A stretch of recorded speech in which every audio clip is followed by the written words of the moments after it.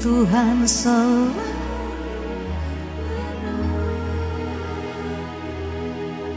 Ini pujian kami Tuhan. Kami bawa di hadapan-Mu dengan kesungguhan hati kami. Kami datang dengan haus dan lapar akan Engkau. Kami datang dengan harapan kami kepadamu. Kami bawa setiap harapan kami. Kami bawa setiap iman kami. Oh, terima kasih Tuhan. Selalu menjagaku. Dia mengenyangkanku dan peliharaku seumur hidup. Oh, Tuhan selalu menolongku, selalu. Terima kasih Tuhan. Yes. Tanpa seizin-Mu Tuhan, Tuhan selalu menolongku, selalu menjagaku. Dia mengenyangkanku dan peliharaku seumur hidupku. Oh, Tuhan selalu menolongku, selalu menjagaku. Sehelai rambutku tak akan terjatuh tanpa seizin-Mu, ya Tuhan. Menolongku, selalu menjagaku. Dia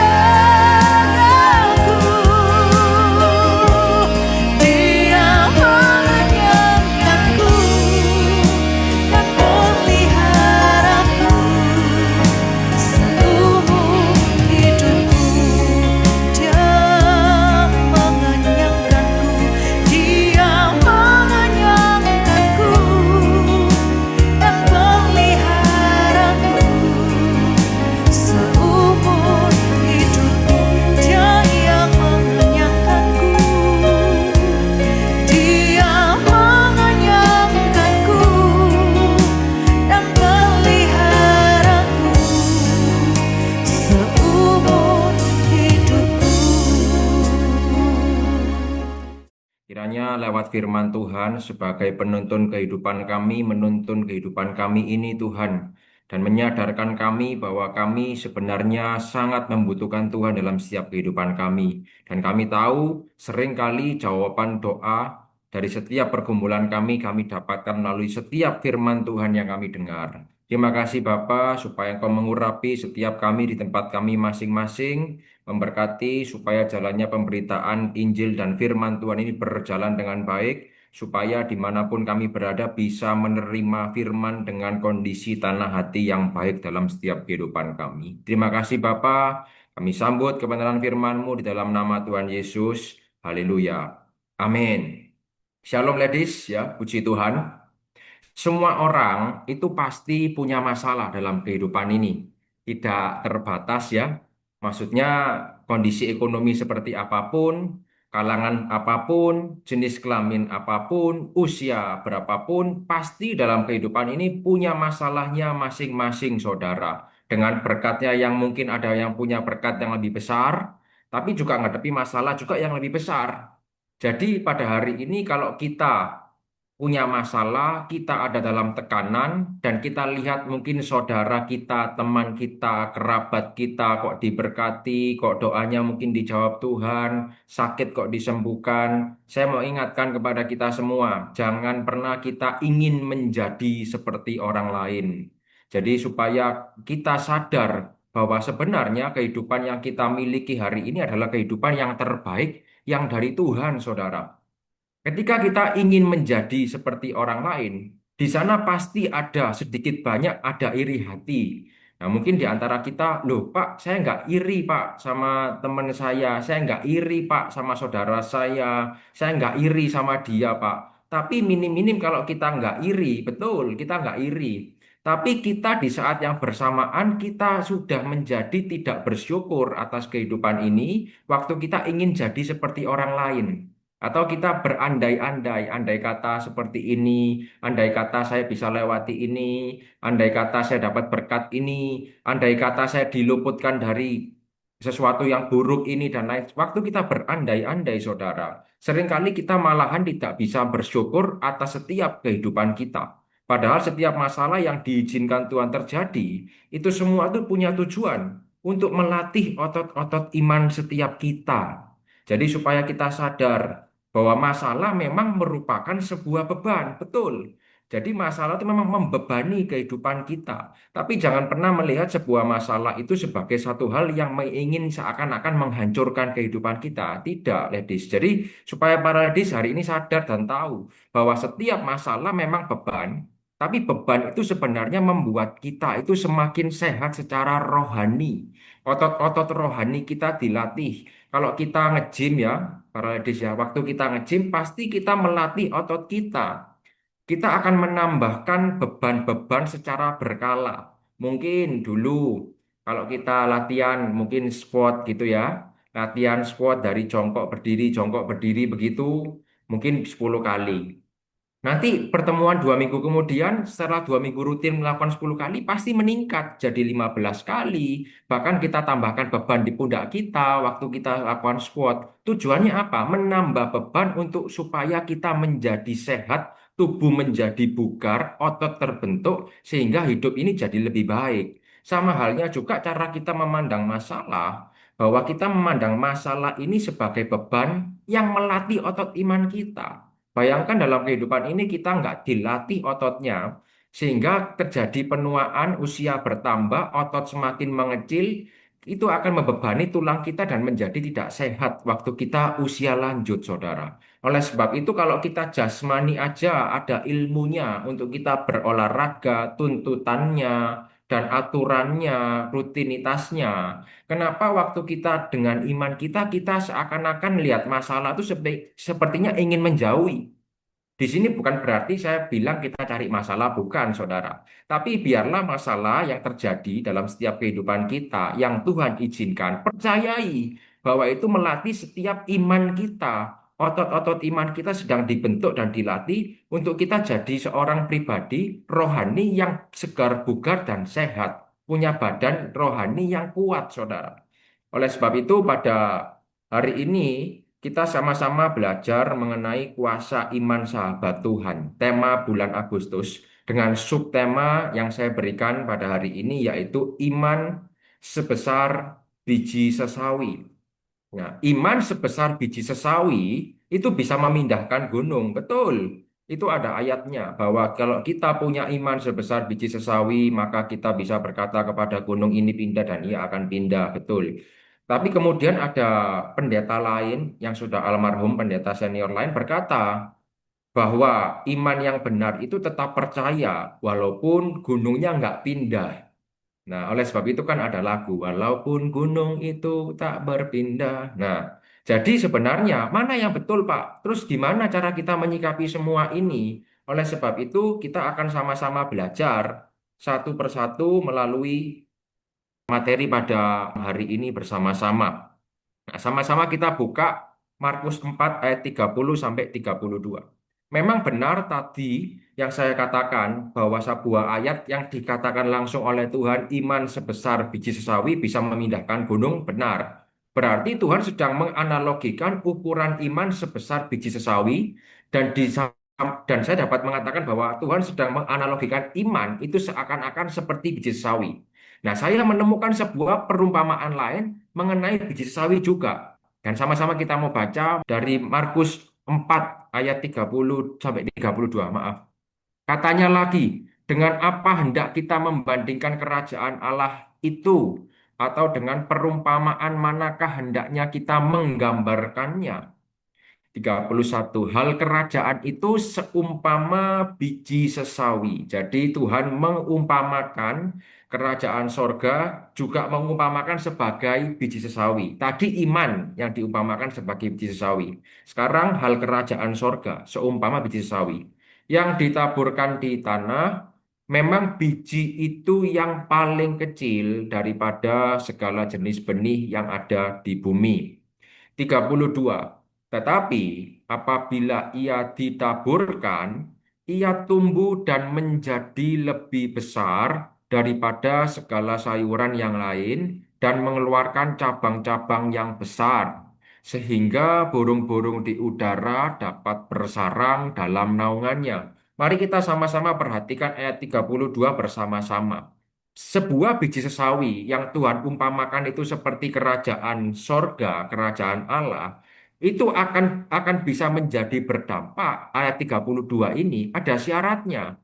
Apabila ia ditaburkan, baru kemudian semua yang ada di belakang kata-kata ditaburkan itu, semua itu menjadi terjadi, saudara.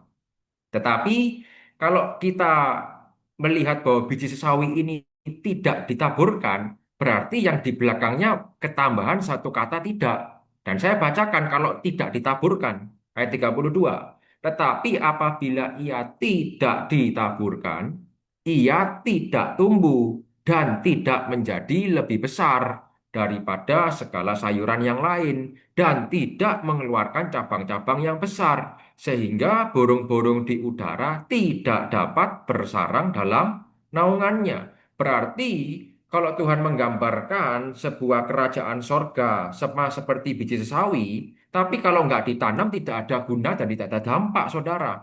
Dan di sini saya dapat satu pandangan yang baru. Ternyata iman boleh sebesar biji sesawi, benar. Iman bisa pindahkan gunung, benar. Itu nggak salah. Bahkan 1 Korintus 13 ayat 2 nggak perlu dibuka. Sekalipun aku bisa berkata-kata dengan bernubuat, berbahasa yang lain dan bisa bisa sebanyak hal dan sekalipun aku punya iman yang sempurna untuk memindahkan gunung, di ayat itu dikatakan apa? Tetapi apabila aku tidak punya kasih, aku sama sekali tidak berguna. Berarti memang benar iman itu bisa pindahkan gunung, benar saya percaya. Tapi yang lebih penting, iman yang Tuhan percayakan seumpama biji sawi ini kita tanamkan dalam tanah hati kita atau tidak, saudara? Itu pertanyaan yang harus kita jawab masing-masing pribadi. Jadi jangan hanya tolak ukurnya kita hari ini, oh yang penting saya beriman, Pak. Yang penting saya waktu hari Minggu datang ibadah, Pak. Bahkan saya ibadah lebih dari sekali, Pak. Saya juga nambah jam ibadah, Pak. Saya ikut komsel, Rabu saya ikut ladies, semua saya ikutin, gitu kan? Tapi pertanyaan yang buat kita semua, pertanyaan buat saya dan buat para ladies sekalian, pertanyaannya, apakah iman yang sudah Tuhan percayakan, yang mungkin sebesar biji sawi itu betul, yang bisa pindahkan gunung itu betul, apakah sudah kita tanamkan dalam tanah hati kita? Dan masalahnya, Tuhan sudah menjelaskan dalam perumpamaan tentang tanah hati ini, saudara.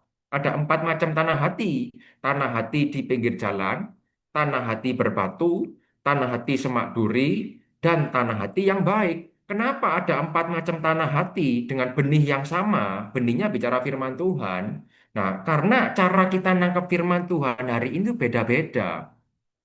Ada orang yang nangkep firman Tuhan dapat rema, ada orang yang dengar firman Tuhan ngantuk, ada orang yang dengar firman Tuhan nggak sungguh-sungguh. Inilah yang menggambarkan kondisi tanah hati yang berbeda-beda itu, saudara. Dan yang lebih menariknya, 4 macam tanah ini yang Tuhan ciptakan ini adalah 4 macam tanah hati dari sikap orang yang mana, saudara?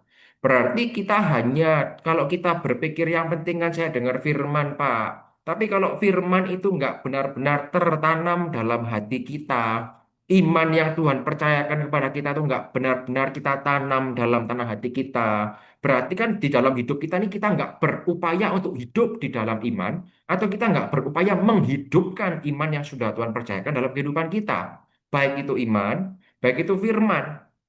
Maka dari itu, kalau kita ke gereja hari Minggu, oh sudah dengar firman dan kita percaya yakin, tapi Senin sampai Sabtu kita kena masalah, kita kecewa. Kita kena masalah, kita lupa Tuhan. Kita kena masalah, kita nggak bisa menjaga hati dan melakukan karakter Kristus. Bagaimana hari Minggunya kita bisa dengar firman dengan baik? Karena sebenarnya hari Senin sampai hari Sabtu itu juga punya peranan penting terhadap cara kita mendengarkan firman di hari Minggu. Jadi kalau hari Senin sampai hari Sabtu kita nggak jaga hati, tidak membajak tanah hati kita, tidak memupuki hati kita dengan karakter Kristus, saya khawatir hari Minggunya kita terima firman datang kepada Tuhan dengan bukan dengan tanah hati yang baik. Tapi kita datang kepada Tuhan mungkin dengan tanah hati yang lainnya. Sehingga firman itu benar kita terima, tapi tidak benar-benar bisa kita hidupi. Sehingga iman ini nggak pernah bisa bangkit. Imannya hanya bingung dengan gunung. Karena imannya nggak ditanam. Tapi kalau imannya ditanam di tanah hati kita nggak bingung gunungnya pindah atau enggak. Tapi yang paling kita bingungkan bagaimana kita bisa menumbuhkan iman dalam hidup kita. Bukan hanya bertumbuh, tapi bisa berbuah, sehingga orang di sekitar kita bisa merasakan buah dari hasil dari pertumbuhan dari pohon iman, benih iman yang kita punya ini loh, saudara. Supaya kita jadi alat kemuliaan Tuhan, orang lihat kita bisa percaya bahwa Yesus Kristus satu-satunya juru selamat, saudara. Nah, oleh sebab itu, karena kita berbicara tentang tema iman, saya ambil satu dasar firman Tuhan dari 2 Petrus 1 ayat yang kelima sampai yang kesembilan, saudara. 2 Petrus 1 ayat yang kelima sampai ayat yang kesembilan. Di sini saya akan membagi menjadi 3 poin sederhana. Poin yang pertama itu ada di ayat 5 sampai yang ketujuh. Poin yang kedua itu ada pada ayat yang ketujuhnya, dan poin yang ketiga nanti sisanya ayat 8 dan ayat 9. Saya masuk di poin pertama dulu, saudara. 2 Petrus 1 ayat yang kelima sampai yang ketujuh. Justru karena itu kamu harus dengan sungguh-sungguh berusaha. Sampai di sini dulu. Perhatikan kalimat ini. Justru karena itu kamu harus, berarti ini satu perintah, satu tuntutan, satu aturan yang memang harus kita kerjakan. Apa itu? Dengan sungguh-sungguh berusaha. Berarti bukan hanya asal berusaha, tapi sungguh-sungguh. Berarti kalimat setelah ini menunjukkan betapa pentingnya untuk kita kerjakan. Apakah itu? Untuk menambahkan kepada imanmu kebajikan, dan kepada kebajikan pengetahuan, dan kepada pengetahuan penguasaan diri, kepada penguasaan diri ketekunan, dan kepada ketekunan kesalehan. Ayat 7, dan kepada kesalehan kasih akan saudara-saudara, dan kepada kasih akan saudara-saudara, kasih akan semua orang, saudara. Poin yang pertama, berbicara iman butuh karakter, saudara. Poin yang pertama, dikatakan di sini untuk menambahkan kepada imanmu. Berarti sudah punya iman. Imannya sudah ada. Tapi tidak hanya berhenti punya iman saja. Kalau kita hanya berhenti punya iman tanpa menambahkan karakter di dalam iman itu, kita pasti yang kita bingungkan, kita bisa nggak mindahkan gunung, kita bisa nggak lakukan hal yang hebat. Tapi kita lupa bahwa iman itu harus kita tambahkan, sekaligus juga kita menumbuhkan di dalam tanah hati kita. Dan saya baru ngerti, saya ikut gereja BES itu baru 11 tahunan, saudara. Dan saya baru paham kenapa kok gereja BES itu ngajarkan karakter Kristus. Setiap minggu itu kita perkatakan karakter Kristus. Mungkin hari kemarin minggu Senin, gitu kan, hari yang ke Senin. Terus minggu depan kita memperkatakan hari yang Selasa, minggu depannya lanjut Rabu, Kamis, dan itu diputar terus supaya kita ingat. Bahkan dulu ada satu seri, kemudian ada dua seri, sampai sekarang ada 4 seri, saudara. Berarti kan bukan hanya untuk diperkatakan seperti sebuah ritual atau sebuah rutinitas, Tapi ternyata sebegitu pentingnya untuk menambahkan karakter itu terhadap setiap iman yang sudah Tuhan percayakan dalam setiap kehidupan kita, saudara. Oleh karena itu, kalau kita nggak nambahkan iman, tolong dibukakan lagi ayatnya tadi. 2 Petrus 1 ayat yang kelima sampai yang ketujuh.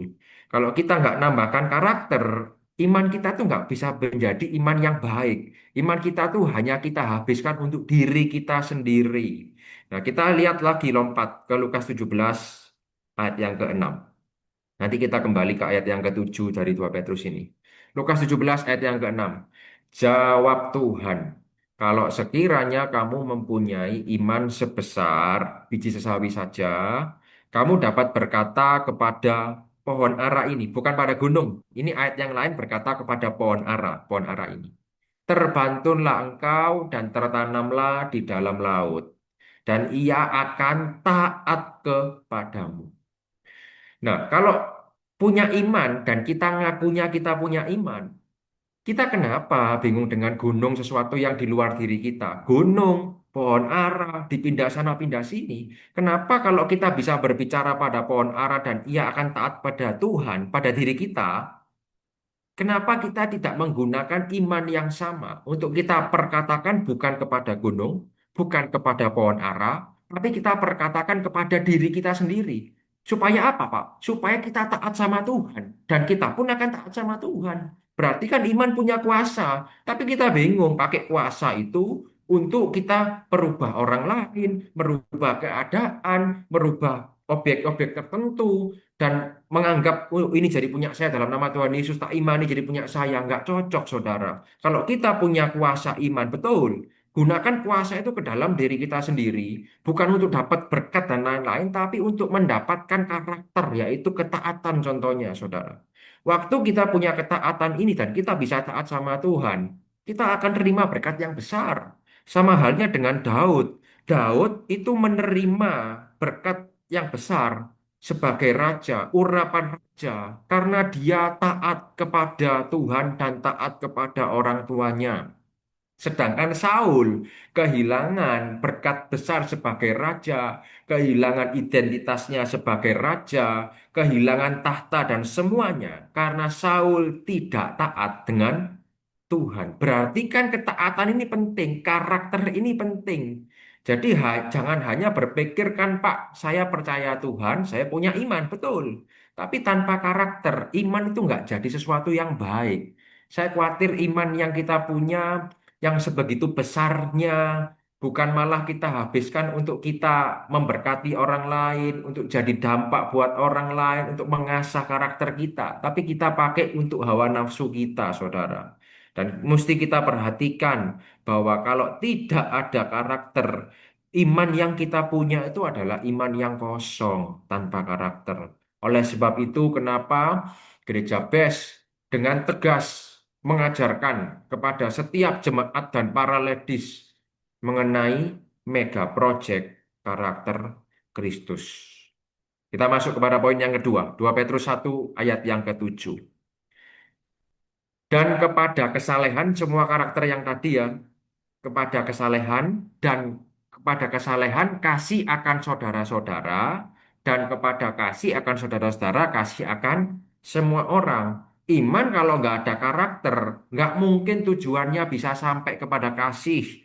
Ini kan semua berurutan. Tadi dikatakan kan menambahkan imanmu kebajikan, kebajikan dengan semuanya dan lain sebagainya, kesalehan, kesalehan dan lain semuanya itu penguasaan diri. Dan pada akhirnya ini kan kasih. Nah, kalau kita tidak pernah menambahkan iman kita dengan karakter, kita tidak akan pernah mencapai kasih. Poin yang kedua, iman itu tujuannya harus kasih. Tadi kan sudah saya perkatakan 1 Korintus 13 ayat yang kedua. Jika bisa bernubuat, bisa semua bahasa malaikat, punya iman yang sempurna, bisa pindahkan gunung. Tapi kalau aku tidak punya kasih, aku sama sekali tidak berguna. Berarti penting bahwa kasih itu sangat penting. Dibukakan aja deh 1 Korintus 13 ayat yang kedua.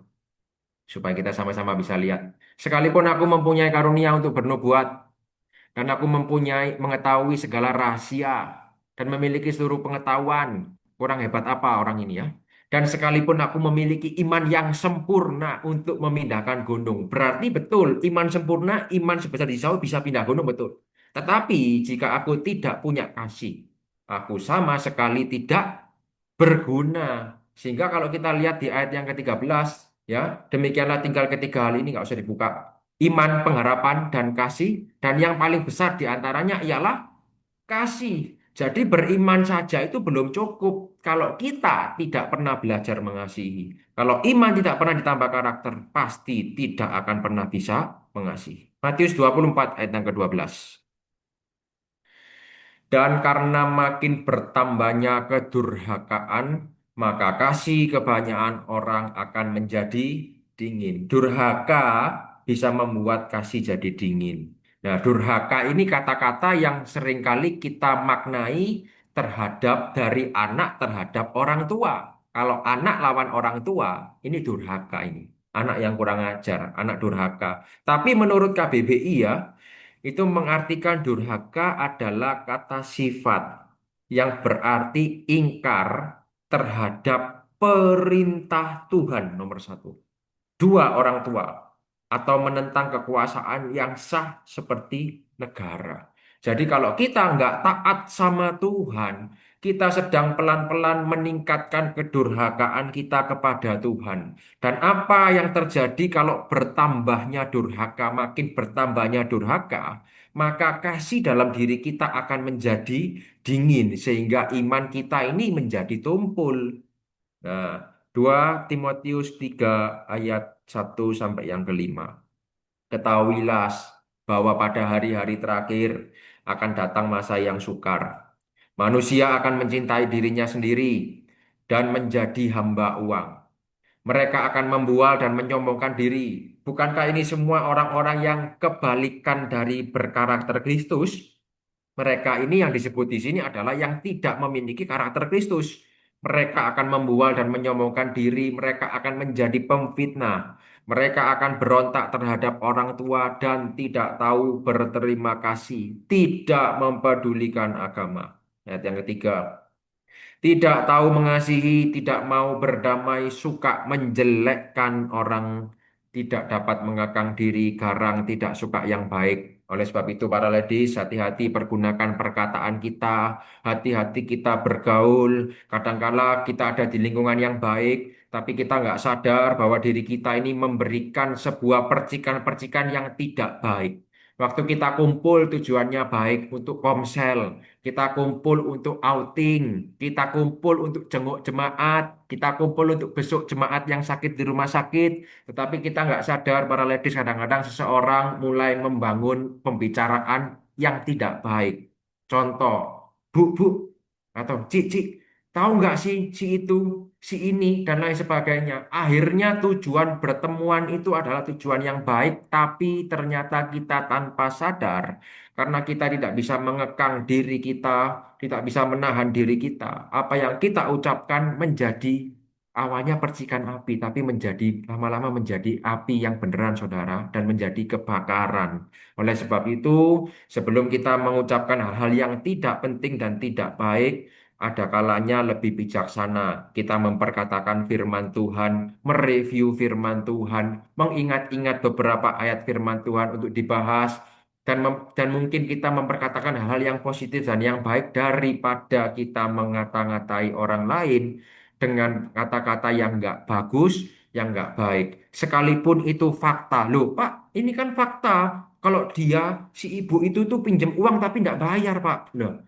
meskipun benar-benar fakta, tapi kalau kita perkatakan jadi nggak bagus, jadi nggak baik, kita pun nggak jadi berkat, jadi batu sandungan. Ada kalanya kalau kita belum bisa menahan diri, ya lebih baik kita memperkatakan yang lain. Tapi kalau kita bisa menahan diri daripada kita mengata-ngatai orang lain, ada baiknya kita mendoakan. Kalau kita nggak bisa berbuat apa-apa daripada yang keluar dari bibir kita adalah hal-hal yang menyebarkan hal yang nggak baik, lebih baik kita belajar mendoakan sesama kita. Ayat yang keempat, suka mengkhianat, tidak berpikir panjang, berlagak tahu. lebih menuruti hawa nafsu daripada menuruti Allah. Perhatikan ayat yang kelima bersama-sama. Secara lahiriah mereka menjalankan ibadah mereka. Berarti mereka semua yang ada di ayat 1 sampai ayat 4 itu mereka beribadah. Mereka dengar firman.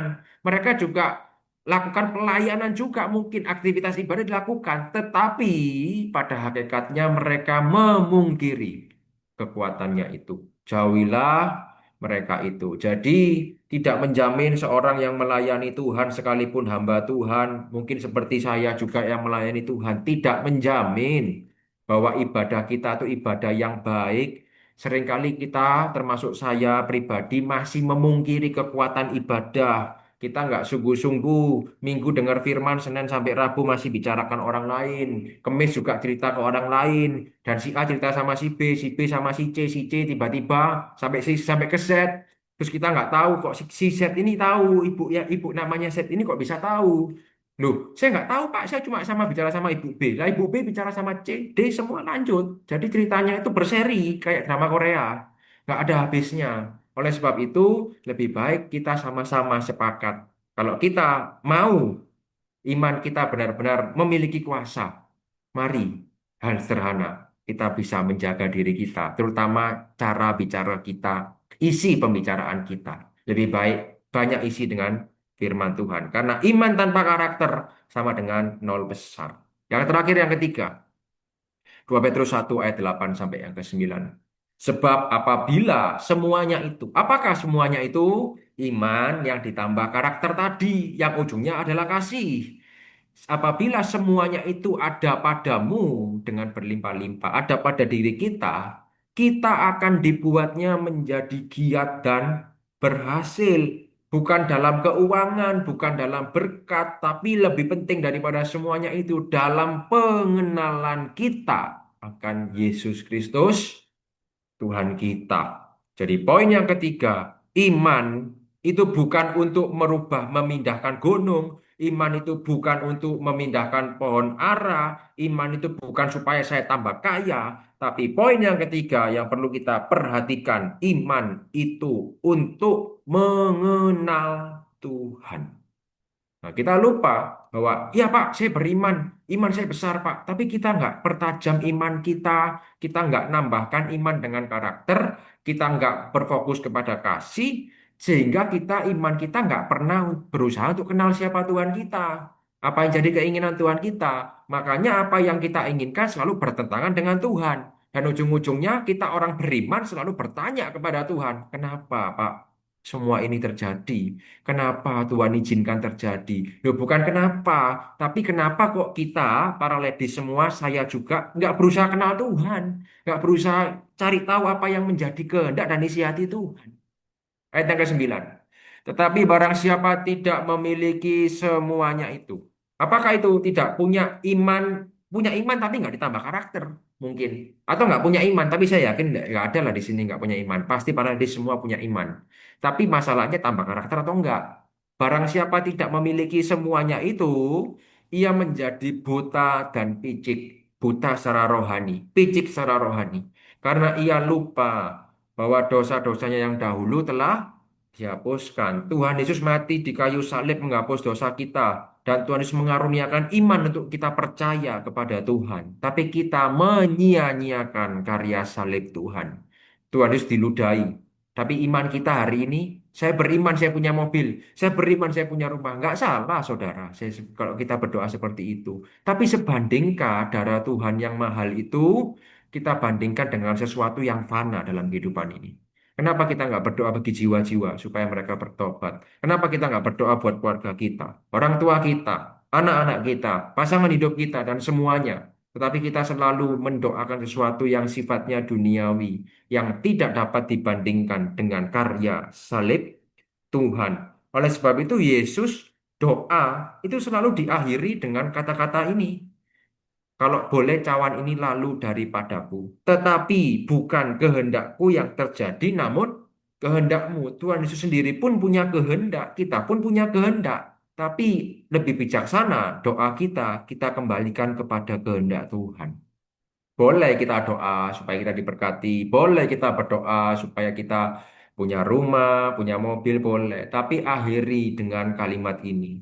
Tetapi bukan kehendakku yang terjadi, namun kehendak Tuhan. Supaya kalau doa kita nggak terjadi, kita nggak kecewa sama Tuhan. Karena yang kita taruh iman kita bukan kepada hal-hal duniawi, tapi iman kita bertujuan untuk mengenal siapa Tuhan kita. Filipi 3 ayat 10 sampai yang ke-11. Yang ku kehendaki ialah mengenal Dia dan kuasa kebangkitannya dan persekutuan dalam penderitaannya, di mana aku menjadi serupa dengan Dia dalam kematiannya. Kita nggak berusaha kenal siapa Tuhan kita. Bagaimana kita bisa serupa? Apalagi kita punya karakter Kristus dalam kehidupan kita. Kalau iman yang kita tuju bukan untuk mengenal siapa Tuhan kita. Ayat 11, supaya aku akhirnya beroleh kebangkitan dari antara orang mati. Ayat yang terakhir Matius 6:31 sampai yang ke-33. Sebab itu janganlah kamu khawatir dan berkata, apakah yang akan kami makan? Apakah yang akan kami minum? Apakah yang akan kami pakai? Semua itu dicari bangsa-bangsa yang tidak, garis bawahi kata-kata, tidak mengenal Allah. Akan tetapi Bapakmu yang di sorga tahu bahwa kamu memerlukan semuanya itu. Tetapi carilah dahulu kerajaan Allah dan kebenarannya, maka semuanya itu akan ditambahkan kepadamu. Kita hanya ingat di ayat yang ke-33, tapi 31 kita lupa dan 32 itu lupa. Bahwa sebenarnya sikap kita hari-hari ini bersikap seperti orang-orang bangsa-bangsa yang lain yang tidak kenal Tuhan. Karena kita dalam hidup ini masih sering khawatir. Berarti kalau kita hidup diliputi dengan rasa khawatir, iman kita ini belum kenal siapa Tuhan kita. Kalau kita kenal siapa Tuhan kita, ada kekhawatiran masih ada. Tapi waktu kita khawatir, waktu kita doa, kita dapat ketenangan. Oleh sebab itu ayat 33 berkata, carilah dahulu kerajaan Allah dan kebenarannya. Apa itu kebenarannya? Firman Allah. Maka semuanya itu yang lain-lain akan ditambahkan. Tapi jangan dibalik supaya saya dapat semuanya itu dan semua supaya saya ditambahkan semuanya itu. Saya mau cari Tuhan, nggak bisa. Syaratnya bukan berfokus kepada yang seperti yang di belakang, tapi tugas kita hanya cari kerajaan Allah dan kebenaran. Karena sebenarnya kalimat akhir itu adalah jaminan dari Tuhan. Memang pasti terjadi betul, tapi bukan tujuan kita. Tujuan kita bukan untuk cari semua itu ditambahkan, bukan. Tapi tujuan kita mengenal siapa Tuhan kita. Dan yang pasti waktu kita mengenal siapa Tuhan kita, jaminan Tuhan itu pasti akan ada dalam kehidupan kita. Orang yang kenal Tuhan akan mencari Tuhan dan cari kebenaran firman Tuhan. Jadi 3 poin sederhana buat kita renungkan untuk para ladies pada hari ini. Iman itu butuh karakter, terutama karakter Kristus dalam kehidupan kita. Dan iman tujuannya harus bersih. Dan iman yang kita punya itu untuk mengenal Tuhan Yesus dengan lebih dalam lagi. Mari kita berdoa. Bapa di dalam surga, di dalam nama Tuhan Yesus, kami mengucap syukur Tuhan yang baik, kami sudah dengar firman Tuhan. Firman yang sederhana ini, namun hambamu terbatas untuk menyampaikan firman Tuhan. Mungkin ada bahasa-bahasa yang susah dimengerti dan lain sebagainya. Oleh sebab itu, kami semua berdoa supaya Roh Kudus-Mu menyempurnakan firman Tuhan. Hambamu sudah selesai berbicara, tapi Roh Kudus tidak pernah selesai berkarya dalam setiap kehidupan kami, menegur, mengingatkan kami, menginsyafkan kami, menuntun kami lewat firman Tuhan yang kami baca dan kami dengar.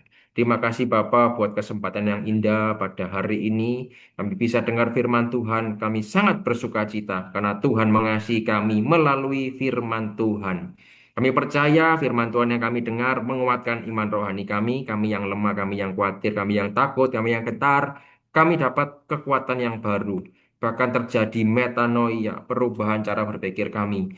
Sehingga kami dapat benar-benar mengerjakan pertobatan itu dalam kehidupan kami supaya semakin hari hidup kami semakin serupa seperti Tuhan Yesus.